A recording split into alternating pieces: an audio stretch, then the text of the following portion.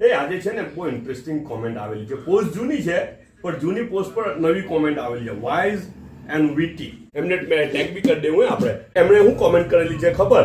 इबादत कब करती है घर की लेडीज. કે આટલું બધું બનાવે તો પછી ઇબાદત ક્યારે કરે એમ કે ને પછી જો પાછો એમણે જવાબ બી આપ્યો અને ઇન્ટરેસ્ટિંગ જવાબ છે. જાતે જ જવાબ આપેલો છે. હું જવાબ આપ્યો ખબર? I hope you don't find me rude or something. I was just curious because it takes me hours to make 2 dishes and then I feel the guilty of not doing ample ibadat. Okay, હું 2 dish બનાવું તો બી મને દિલમાં પેલું હું કે guilty feel થાય. પેલું હું કે મેં બરાબર ઇબાદત હું નહીં કરી શકી રમઝાનના મહિનામાં ને ખાવા પીવામાં પડી ગયા એમ કે 2 ડિશ બનાવું તો બી એવું થાય. પણ એકચ્યુઅલી છે ને વાત એમ છે કે ઘરમાં છે ને એ લોકો જે બધું કરે ને તો આ એ લોકોનું રોજિંદું છે.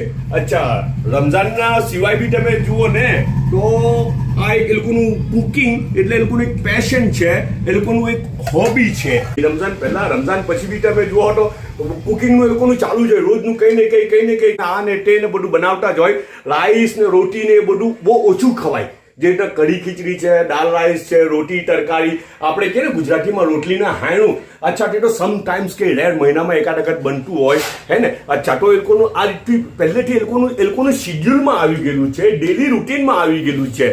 અચ્છા, ને બીજી એક વાત કેમ કે છે ને આટલું બધું કરવા પછી બી છે ને મારા મેડમની વાત કહું ને તમને તો 3 ટાઈમ કુરાન શરીફ પઢવા બે, કેટલી વખત 3 વખત કુરાન શરીફ પઢવા બે.